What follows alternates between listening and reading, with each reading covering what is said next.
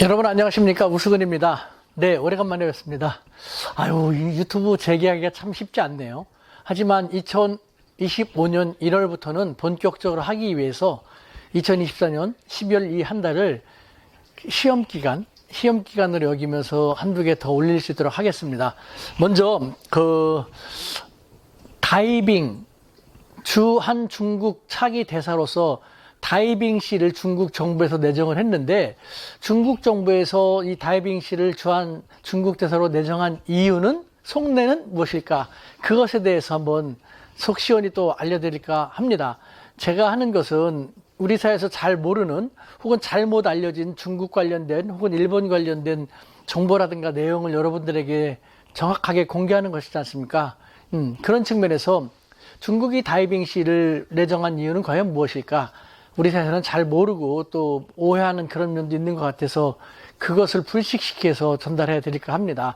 먼저 다이빙시는요, 지금 우리 사회에서는 차기 주한 중국 대사로서 가장 높은 것, 가장 바라는 것은 첫 번째, 높은 직급을 바라지 않습니까? 여태까지 주한 중국 대사로 오신 분들은 부국장에서 국장을 바로 달고 국장으로 오는, 그래서 직급이 너무 낮았다라고 해가지고 이제 오는 김에 뭐 예를 들면은 고참 국장이라든가 차관복급시 왔으면 좋겠다라는 그런 것을 우리가 가장 많이 바라고 있죠.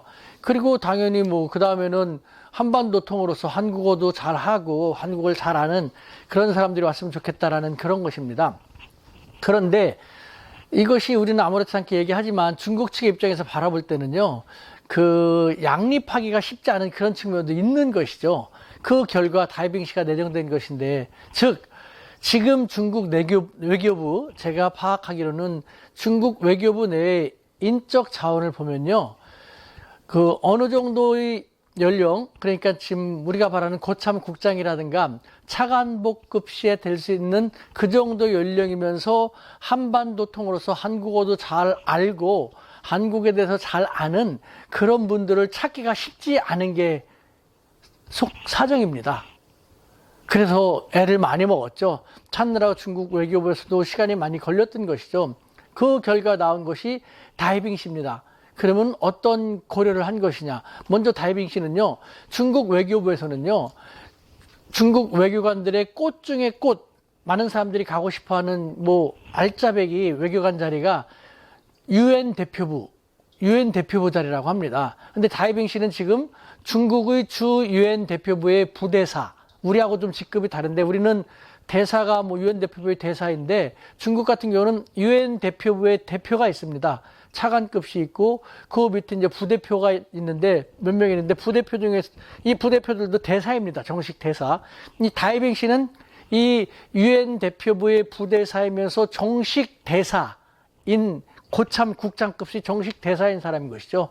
그렇기 때문에 이 양반은 나이라든가 혹은 다양한 경험을 볼 때 지금 고참 국장에서 차관복급시다라고들 중국 외교부에서는 평가받고 있는 그런 사람이거든요. 더군다나 국제에서 UN 대표부에서 국제 무대에서 다양한 외교 경험이 있기 때문에 복잡한 문제를 잘 푸는데 이미 능숙능락한 어떤 능력을 발휘한 그런 베테랑 외교관 중에 베테랑 외교관인 것이죠. 이와 같은 다이빙시를 중국 외교부는 한중 관계를 소중히 한다라는 그런 모습을 한국 측에 보여주기 위해서 다이빙시 입장에서는 더 좋은 데 갈 수 있는 것임에도 불구하고 결국은 개인적으로는 약간 좀 더 좋은 화려한 데보다는 한반도, 한국의 대사로 오게 되는 그런 식으로 중국 외교부는 다이빙시를 내정을 하게 된 것이죠. 즉 한반도 층이면서 한국어도 잘하고 직급이 높은 이 두 가지를 다 병립시키면 좋을 텐데, 지금 중국 외교부에는요, 이 정도 직급의 연령의 외교관 중에서 과거에는요, 현재는 우리 대한민국의 국력이 위상이 상당히 높아졌기 때문에 중국 외교부에서도 한반도 통을 많이 양성하고 있습니다만, 그래서 젊은 외교관 중에서는, 중국 외교관 중에서는 우리말도 잘하고 한국을 잘 알고 북한도 왔다 갔다 하는 그런 사람들이 적지 않습니다만, 이 직급에서는 별로 없거든요. 찾아보기 쉽지가 않아요. 그렇다고 한국어를 잘하는 부국장급을 보낸다면 우리가 또 실망하지 않습니까?